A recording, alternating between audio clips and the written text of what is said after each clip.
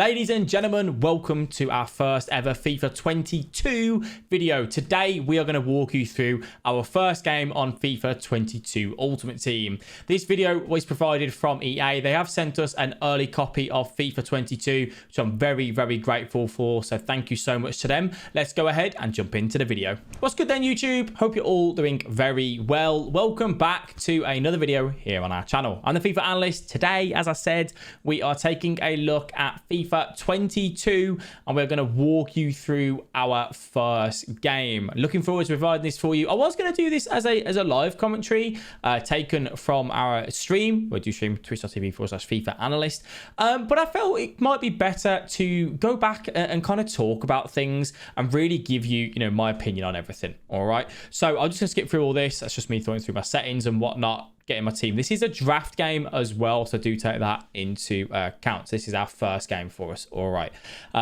excited, really excited. It's played on PlayStation 5, so this is the next gen version of the game. Again, take that into account when you are watching this as well.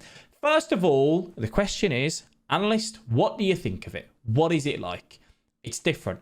All right, I can't sit here and say to you it's better than FIFA 21, it's worse or whatever, purely because I played thousands of games of FIFA 21. I've played, 15 games I think we got through or something through our stream. So, it's early doors. It's very different. You can't really compare. You need more game time to really know. However, the first initial kind of thing is that it's different. And what do I mean by that?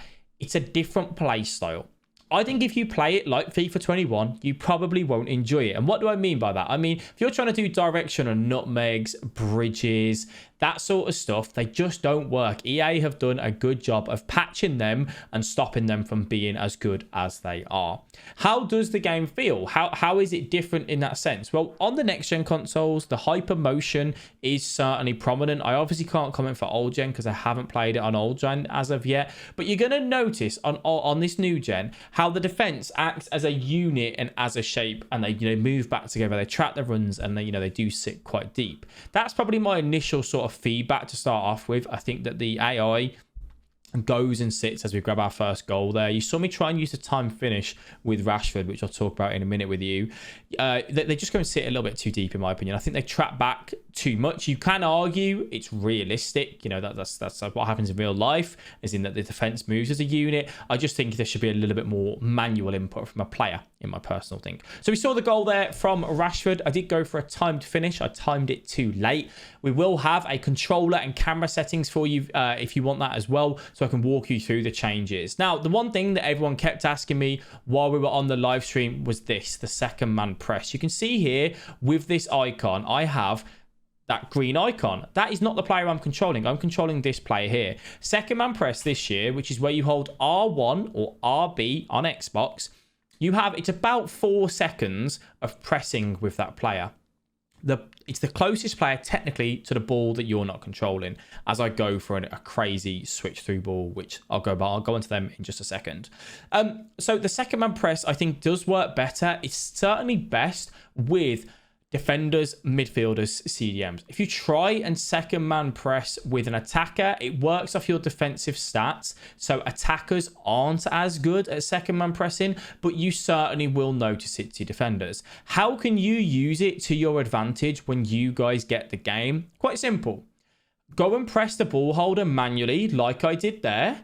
Then switch to the next passing lane and hold the R1, RB for the AI to continue pressing for them. This goalkeeper was on a little bit low chemistry and he wasn't a high rated goalkeeper. So I think that's what we saw there with an issue. You saw Salah breaking across. I think a high rated goalkeeper would have dealt with that, I'd like to think, as Cristiano Ronaldo does put that in the back of the net and grabs the goal to make it 1-1 in a draft 18 minutes in, which is a good start. But that's how the second man press works. Early doors for me. I need to carry on testing it, need to carry on seeing how it works and how I like it. And, is it strong enough? Does it need a bit more of a buff? Does it need a nerf? All of that sort of things. The player lock feature is the same as last year, something that we want to be using. It is really effective. We'll have a tutorial coming on that where you push the left analog and the right analog stick in. Then you can switch, track to the man that you want and all of that as well. Ladies and gentlemen, just a quick one. If you are enjoying this FIFA 22 video, please do leave a like and subscribe to the channel. We stream over on twitch.tv/FIFA Analyst live 8 a.m. to 2 p.m. UK time every single day pretty much. Come on over, say hello. Now let's get back into the video. Over the top through balls, how do they work? L1 and triangle, LB and Y are much better. Balls in the air as a whole, you're going to notice are more viable. And again, I'm for that. Last year on FIFA 21, we had a game where it was very flat. It was quite flaccid. It was, a little bit static at times. Having the ball go up in the air, to me, I'm very pleased to see that, kind of being an option. So I'm glad that we have got that as well. The green time finishing, I think, is something that we will want to learn. If you don't know, FIFA 19 was where green time finishing got brought in. What is green time finishing? Or what is timed finishing? Time finishing is where you press the shoot button and then you press shoot again to time the finish. How do you time it? You press the shoot button quite quickly, actually, after you've pressed the shoot button, and you press the shoot button again. If you red time it, it means you press shoot too early. If you yellow time it, and you'll see an icon above your player's head. You might have seen it with Rashford. There with Haaland, that was white. That means I did it too late, so it had no impact on the shot. And if you green time it, it goes green. That means power's better, accuracy's better. You've got a higher chance of scoring. On FIFA 19, the window to timed finish was 1 to 8. So imagine that's the window. On FIFA 20 and 21, they nerfed it. It was 1 to 3. On FIFA 22, now it's 1 to 6. So there's a bit more of a reason to use it. And it's such a good reward when you do get a green time finish right. You can do it with a finesse. You can do it with a power. You can do it with a header. It's something which I think will be, something for us to focus on this year. So, kind of do pay close attention to that. Skill moves. A lot of you keep asking me about skill moves. How did I find them in my first, 15 games or so on FIFA 22? They certainly are not as strong. I couldn't quite find anything that was quote unquote overpowered, let's say. The skilled bridge, I don't think is that good. The new feature, I think it's viable in some areas, but it's not that overpowered. The new 4-touch turn is good. You can cancel that as well. That's quite a cool skill move. That can be viable. It gives you the ability to basically turn in a 180-degree motion with 4 touches. It looks really smooth. It looks really slick and can work and confuse your opponents should you cancel it where you hold L2 and R2. But again, not too strong on that sense either. A lack of cancel is not a thing anymore. The ball roll scoop is still viable. You can use that in certain areas. However, I really don't think they're like, you must use skill moves to generate that extra room and space. They're there as a luxury and they work on occasions. That's how I found them to be so far. You guys let me know when you get your hands on FIFA 22 what you think of them, because I think that's a big topic and debate for a lot of FIFA players. Crossing. What is crossing like? Crossing is much better this year. There's the new skill move, by the way, that I just did with Sterling. Crossing is much better this year in the sense that the opposing defenders don't track the man as good inside the box. So you will find your man getting a lot of room and you can go for the cross and they have to manually switch and try and cover it. Heading is manual, same as last year. So heading, is fine. If you miss a header, it's your fault, really. Most of the time, that's kind of how it tends to work. But definitely crossing is good and effective. And I'm really, really happy, to kind of see that. As we go into halftime, there's some really new cool features with the expected goals. We have a lot more data. I'll do some separate videos on that as well. Jump back into the second half. So yeah, I'm really happy that that's, good with the crossing. R1X's, RBA's, low-driven passes, much better than last year. Think back to FIFA 18. They were really good on that, and they seem quite viable so far. You have the ability to drill it in to your defender, and there's that player lock trying to use that. You have into your attacker, so you have the ability to drill it from centre mid to your striker, bypass his centre mids, get onto the edge of the box, try and take your man on. The RBX's, the RBA's, R1X's, I get my controllers right one day, is really strong so far. Players take a good first touch from it. The ball moves quick. It's really, really good. I really like them. I think that gives us a lot of variety there as well.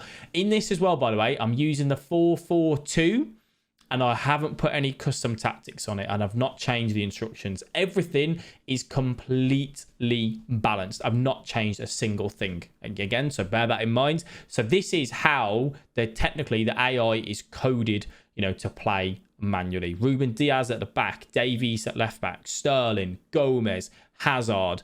It's a fairly decent team in our first draft. Maybe the player should have intercepted that there, but unfortunately didn't. It goes for the cross. Ronaldo does put it on target, but goalkeeper does manage to make the save there. And just managed to stop that from going in, which was very, very nice. So I go for that hit up. Haaland, that's something that a lot of people are asking. Can you use physical players? Yes, you can. You have to position them well to touch it, bring it onto your chest and bring it down. That is really effective on the Hypermotion, the new gen, the next gen consoles. Found that to be really, really good, but you have to position your player. I didn't position my player right then with Haaland, which meant that I didn't come out with the ball. So again, another thing to take into account. In terms of game speed, what's game speed like? The game is slow, it very much is. As Haaland goes for that and nearly scores. You're going to laugh at this goal, by the way, here as we go for the little sombrero flick, and Rashford just manages to get it and green time it. The game is slow. I would say it's probably about the same speed as FIFA 21, but start of FIFA 21. What you're looking at here are base rated cards, low goals, normal goals. On FIFA 21 at the minute, you're using cards that have like 99 pace pretty much across the board. The game will naturally be quicker at that high end. So obviously, again, bear that in mind as well. Left stick dribbling, another thing. What is left stick dribbling like? So far, personally, I haven't found it to be that great.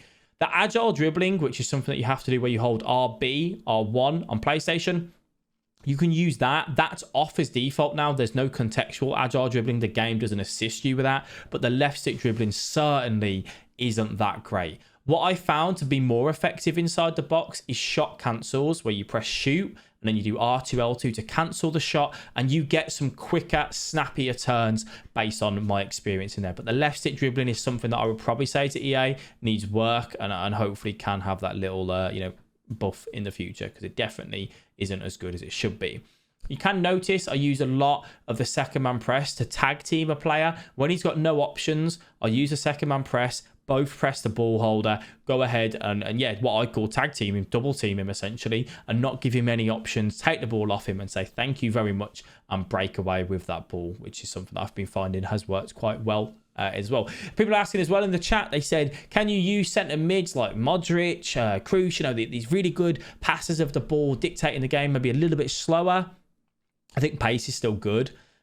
Pace will always be good on FIFA. I think you're going to want to try and prioritize pace in the middle of the park. And also as well, do your CDMs track back manually this year? Do you need to pull them back as much yourself? No, I do think they track back a little bit better. Work rates are a big play in that this year, so that is something for you to take into account. But yeah, they do track back a little bit more manual, which is something that, been good as well. Using, the L1 passes there, getting the players going. Hazard goes, Haaland goes, using that L2 to shield that ball, get it in, go to the back stick. Sterling, and what a goal that is. A fantastic pass and move. Sterling makes a great run. We go for a normal cross, whip it in. Sterling, make sure you get the header right and just slots that into the back of the net. Really, really good goal. 76 minutes in, makes it 3-1 for us. Really happy with that. And I think that was a good goal. I think the way we moved the ball, we got Haaland going, we got Hazard going. We used the strength for the new animations with Hazard.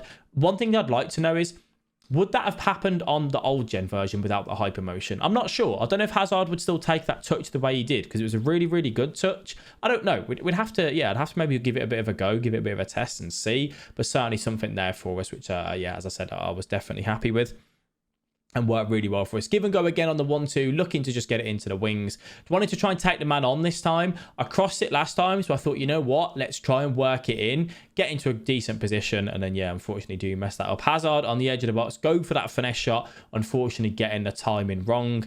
And he does get that blocking. But as you can see, look, I've got my fullbacks on balance, caught out of position a little bit. Have to try and track back. He gets that through ball through. Just needed to use my pace, wait for, the man to kind of come over and commit, and then get that blocking. Nice and simple. Shouldn't have took that shot. It was, always going to be blocked every single time. And I've got that over the top through ball. Rashford has a 3-star weak foot. That was still a very good through ball with Rashford on a 3-star weak foot. So definitely, those over-the-top balls are so much better than what they were last year, which, as I said, I am really, really grateful to see. So that's kind of my quick roundup, I suppose, if you can call it quick. of FIFA 22, you know, from the first few games the first 15 that I've played, this is the first game that you've watched there. I hope you've enjoyed, you know, me kind of giving you a bit of a breakdown. I hope you're excited to see it. If you are excited to play it, if you are wanting to play it, remember EA Play comes out the 22nd of September, 6 p.m. UK time. It should be live. You get 10 hours of the game, and then the 27th, the Autumn Edition comes live, and on the 1st of October is when it's launched to the rest of you guys who obviously on the first edition, on the normal edition as well. Hope you've enjoyed it. If you have, please do leave a like and subscribe to the channel. Your support is greatly appreciated. As I said, we stream over on Twitch. If you want to see live gameplay, you want your questions answered, come over there, ask. We stream 8 a.m. to 2 p.m. UK time. All right.